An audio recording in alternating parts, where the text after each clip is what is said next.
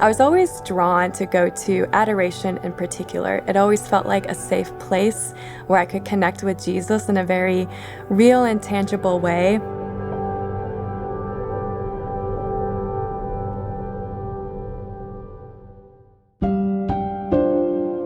My name is Rachel, and I'm from a small town in Michigan, and I now live in Dallas. And growing up, we grew up in a very Catholic family. We would go to Sunday Mass together. Often my mom would also take us to daily Mass. And whenever we could, we would also try to go to adoration as well. And so from a young age, I kind of knew that the Eucharist was important, that it was a place that I could go to talk to Jesus and be close to him. And throughout my life, especially in times when I needed truth, when I needed peace, when I needed some type of guidance in my life, and there were times when I was making big decisions, whether it was moving, whether it was discerning a job, whether it was discerning even my degree in college, I would just run to the adoration chapel. And a lot of the ones I would go to, they would always have the little chairs in the front, and I would just throw myself there at the front and just pour out my heart to the Lord and ask him to give me the courage that I needed, the truth and the peace that I needed to make whatever small or big decision that I was discerning at the time. And I know a lot of people in adoration, whether they've gone to Steubenville or other big conferences, they have these big wow moments where Jesus comes to them in a really powerful way and they're convicted of God's love for them. I wouldn't say I necessarily had an experience like that, but it's been a consistent presence every time I go to the Eucharist. Like Jesus is there when I go, with a peace and a tranquility and a truth that speaks to my heart, to what I need in the moment. In those times of adoration, he would often speak to me of who I was, of who he is, and what he was calling me to do. And I began to develop a heart of adoration in those times of being in his presence. And from that place of adoring Christ and realizing this isn't just a piece of bread, this isn't just a tiny host, but in this tiny host is the love of my life, is everything. Like everything is contained. Everything I could ever want, everything I could ever love, everything I could ever desire is in this tiny host. And it's from that place of understanding that this is Jesus, the God that I love, the God that I desire, the God that I want to live for is here.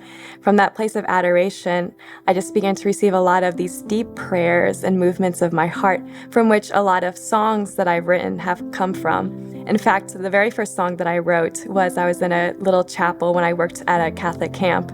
And it was late at night. I had gone there. It had been a long day. I was super tired. Some people go to TV. I would go to the Eucharist. Like I need Jesus to give me the rest that I need. And so I went to this little chapel, and we had a little keyboard because I play piano.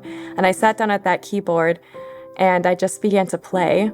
And these lyrics started forming in my heart and coming out that I look back now and I'm like, it was like so deep and beautiful to me that I was like, this was from Jesus. I felt like I had a connection with his heart. And this whole song, I probably wrote this, the song came out in like 10 minutes, which that's how I know it's from the Holy Spirit, because I didn't sit for hours trying to think, does this go together? How is this rhythm? But the tune was in my heart. The lyrics were in my heart. And in that time, I just wrote this song about being in the inner chamber with Jesus, which is what the adoration is like. We get to go into that inner chamber of the heart of Christ and get to sit and receive his love and soak in his love and just be with him in that intimate place. So a lot of the songs that I have written have come from a place of sitting in adoration, sitting just even in front of a tabernacle, or also after receiving communion. One thing that I feel like is sometimes missing is these beautiful songs that are prayers of thanksgiving and love and adoration for right after receive Christ. And so for me, writing these songs that help us to understand what we've just received, but then also opening our heart to give ourselves to him and to receive the life of God that has just entered into our bodies, and writing a song that helps us enter into that space of intimacy with him is something that I feel very passionate and called to do. Going into adoration was always the place that I would feel that sense of love, that consistent love, that faithful love, that steadfast love. And that would kind of carry with me even when I left. And so having with me the love from the Eucharist as I would leave the church, as I would leave the adoration, would kind of stay with me and helping me to continue to minister, to be God's love, because the Eucharist is the fountain of God's love. So if I felt like I needed more of that living water, I would go and receive more and then go back into the world, kind of like that cycle going back and in and out again.